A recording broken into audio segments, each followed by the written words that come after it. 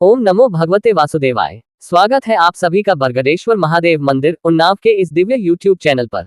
आज हम सुनने जा रहे हैं ब्रह्मपुराण का अद्भुत प्रसंग, धेनुक और प्रलंब का वध तथा गिरयज्ञ का अनुष्ठान, अध्याय 74। यदि आप भी ऐसे ही दिव्य पुराण प्रसंगों को सुनना चाहते हैं तो हमारे चैनल बरगदेश्वर महादेव मंदिर उन्नाव को सब्सक्राइब करें।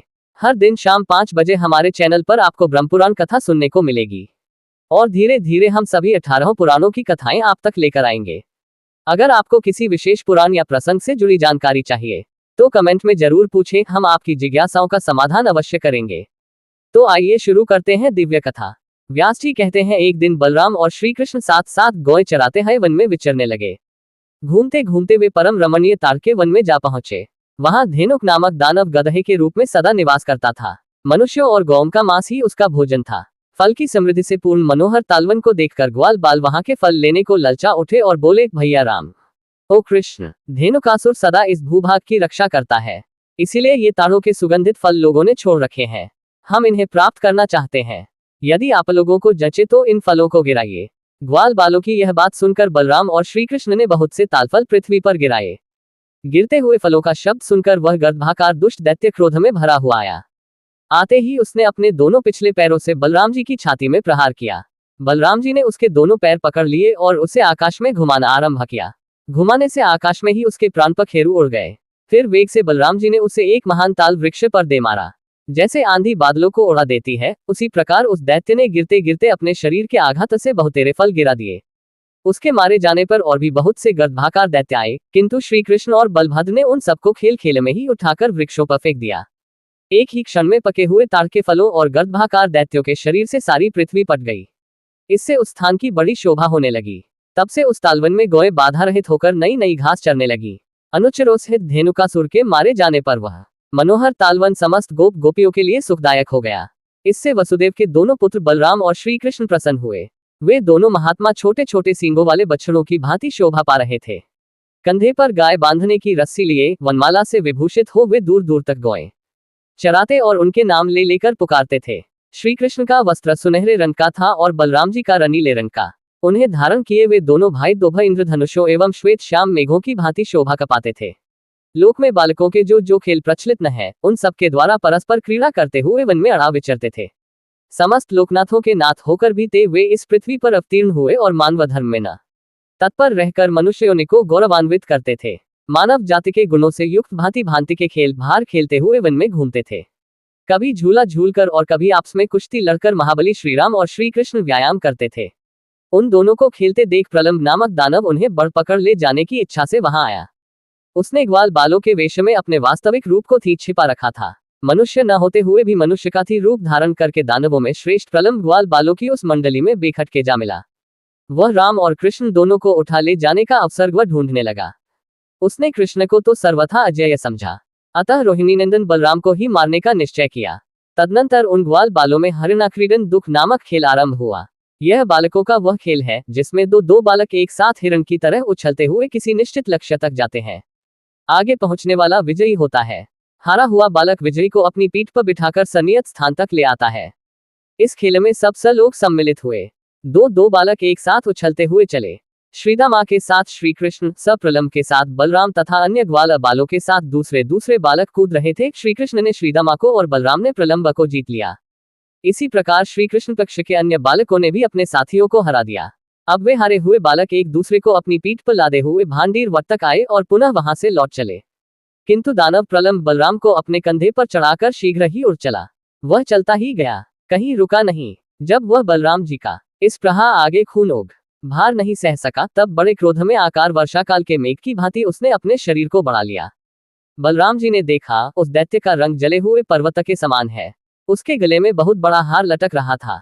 मस्तक पर बहुत बड़ा मुकुट था। आंखें गाड़ी के पहिए जैसी घूम रही थी। उसके पैर रखने से धरती डगमगाने लगती थी।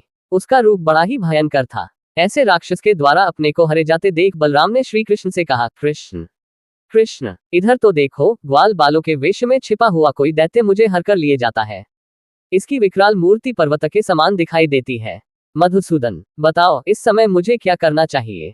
ये दुरात्मा बड़ी उतावली के साथ भागा जाता है। ये सुनकर भगवान श्री कृष्ण के ओठ मंद मुस्कान से खिल उठे। वे रोहिणी नंदन बलराम के बल और पराक्रम को जानते थे, अतः उनसे बोले, सर्वात्मन, यह क्या बात है, आप तो स्पष्ट रूप में मनुष्य की सी चेष्टा करने लगे। आप संपूर्ण गुह्य पदार्थों में गुह्य से भी गुह्य हैं। जरा अपने उस स्वरूप का तो स्मरण कीजिए, जो संपूर्ण जगत का कारण, कारणों का भी पूर्ववर्ती, अद्वितीय आत्मा और प्रलय काल में भी स्थित रहने वाला है। विश्वात्मन, आप और मैं दोनों ही इस संसार के एकमात्र कारण हैं और पृथ्वी का भार उतारने के लिए यहाँ दो रूपों में प्रकट है। अप्रमेयात्मन, आप अपने स्वरूप को स्मरण कीजिए और इस दानव को मार डालिए। तत्पश्चात मानुष भाव का आश्रय लेकर बंधुजनों का हित कीजिए। महात्मा श्री कृष्ण के द्वारा इस प्रकार अपने स्वरूप का स्मरण कराए जाने पर महाबली बलराम ने हंसकर प्रलंबासुर को दबाया और क्रोध से लाल आंखें करके उसके मस्तक पर एक मुक्का मारा। उनके इस प्रहार से प्रलंब के दोनों नेत्र बाहर निकल आए, मस्तिष्क फट गया और वह दैत्य मह से खून उगलता हुआ पृथ्वी पर गिरकर मर गया। अद्भुत कर्म करने वाले बलदेव जी के द्वारा प्रलंब को मारा गया देख ग्वाल बाल बहुत अच्छा हुआ कहते हुए उनकी प्रशंसा करने लगे।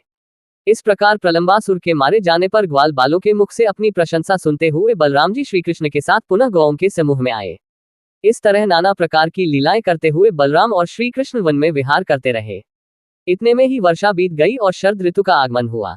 जलाशयों में कमल खिलने लगे, आकाश और नक्षत्र निर्मल हो गए। ऐसे समय में समस्त ब्रजवासी इंद्रोत्सव का आयोजन करने लगे। उन्हें उत्सव के लिए अत्यंत उत्सुक देख परम बुद्धिमान श्री कृष्ण ने बड़े बूढ़े गोपों से कौतूहलवश पूछा, यह इंद्रोत्सव क्या वस्तु है जिससे आप लोगों को इतना हर्ष हुआ है?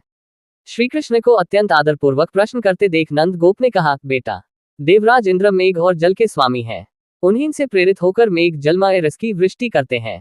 उस वृष्टि से ही अन्न पैदा होता है, जिसे हम तथा अन्य देहधारी खाकर जीवन निर्वाह करते और देवता आदि को भी तृप्त करते हैं। ये दूध और बछड़ों वाली गौएं इंद्र के बढ़ाए हुए अन्न से ही संतुष्ट हो हृष्ट पुष्ट रहती हैं। जहां वर्षा करने वाले मेघ होते हैं, वहां बिना खेती की भूमि नहीं दिखाई देती, कोई ऋणग्रस्त नहीं रहता और वहां एक भी भूख से पीड़ित मनुष्य नहीं दृष्टिगोचर होता। मेघ सूर्य की किरणों द्वारा इस पृथ्वी का जल ग्रहण करते और फिर संपूर्ण लोगों की भलाई के लिए उसे बरसा देते हैं। अतः वर्षा काल में सब राजा लोग, हम तथा अन्य देहधारी भी बड़ी प्रसन्नता के साथ उत्सव मनाते और देवराज इंद्र की पूजा करते हैं। इंद्र पूजा के विषय में नंदगोप का ऐसा कथन सुनकर भगवान दामोदर ने इंद्र को कुपित करने के उद्देश्य से कहा, पिताजी, हम लोग न तो खेती करते हैं और न व्यापार से ही जीविका चलाते हैं। हमारे देवता तो ये गौएं ही हैं, क्योंकि हम सब लोग वनवासी हैं। आन्वीक्षिकी, क्रय, वार्ता और दंडनीति ये 4 प्रकार की विद्याएं हैं। इनमें से वार्ता का संबंध हम लोगों से है, अतः उसका वर्णन सुनिए। कृषि, वाणिज्य और पशुपालन, इन 3 वृत्तियों पर वार्ता अवलंबित रहती है। कृषि किसानों की वृत्ति है और वाणिज्य क्रय विक्रय करने वाले वैश्यों की। हम लोगों की सबसे प्रधान वृत्ति है गोपालन। इस प्रकार ये वार्ता के 3 भेद हैं। उपर्युक्त 4 विद्याओं में से जो जिस विद्या से निर्वाह करता है, वही उसके लिए महान देवता है। उसे उसी की पूजा अर्चा करनी चाहिए, वही उसके लिए उपकारक है। जो मनुष्य एक का दिया हुआ फल भोगता और किसी दूसरे की पूजा करता है, वह इस लोक या परलोक में कहीं भी कल्याण का भागी नहीं होता। हमारे इस व्रज की जो प्रख्यात सीमाएं हैं, उनका पूजन होना चाहिए। सीमा के भीतर वन है और वन के भीतर संपूर्ण पर्वत है, जो हमारे लिए परम आश्रय है। अतः हमें गिरयज्ञ और गोयज्ञ आरंभ करना चाहिए। इंद्र से हमारा क्या लाभ होता है? हमारे लिए तो गौएं और गिरिराज ही देवता है। ब्राह्मण मंत्रयुक्त यज्ञ को प्रधानता देते हैं। किसानों के यहाँ सिर यज्ञ, हल पूजन होता है और हम जैसे वन एवं पर्वतों में रहने वाले लोग गिरयज्ञ और गोयज्ञ का अनुष्ठान करें तो उत्तम है। इसलिए मेरा विचार तो यह है कि आप लोग भांति भांति की पूजा सामग्रियों से गिरिराज गोवर्धन की पूजा करें। संपूर्ण व्रज का दूध एकत्र किया जाए और उससे ब्राह्मणों तथा अन्य ब्र याचकों को भोजन कराया जाए।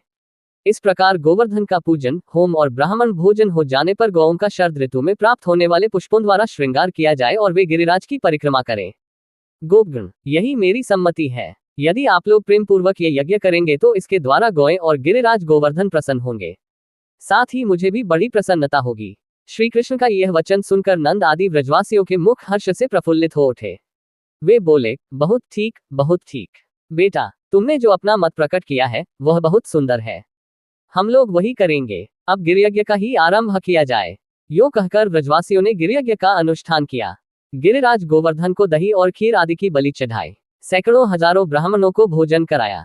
फिर गायों और सांडों की पूजा की गई और उनके द्वारा गिरिराज की परिक्रमा कराई गई। सांड जल से भरे मेघ की भांति गर्जना करते थे। भगवान श्री कृष्ण दूसरे रूप में पर्वत के शिखर पर जा बैठे और मैं ही मूर्तिमान गिरिराज हूँ यो कहकर गोपों द्वारा अर्पित किए हुए नाना प्रकार के अन्नों का भोग लगाने लगे तथा अपने कृष्ण रूप से ही गोपों के साथ पर्वत शिखर पर चढ़कर उन्होंने अपने द्वितीय शरीर गिरिराज का पूजन भी किया। तदनंतर गिरिराज रूप में प्रकट हुए भगवान अंतर्धान हो गए और गोपगण उनसे मनोवांछित वरदान पाकर गिरियज्ञ की समाप्ति करके पुनः अपने व्रज में लौट आए। यदि आपको हमारे वीडियो ज्ञानवर्धक लगे तो लाइक, शेयर और सब्सक्राइब करना न भूलें, ताकि अधिक से अधिक लोग पुराणों की इस अमृतधारा से जुड़ सकें। अगर ये जानकारी पसंद आए हो तो हमारे चैनल बरगदेश्वर महादेव मंदिर उन्नाव को लाइक, शेयर और सब्सक्राइब करना न भूलें। फिर मिलेंगे नई जानकारी के साथ।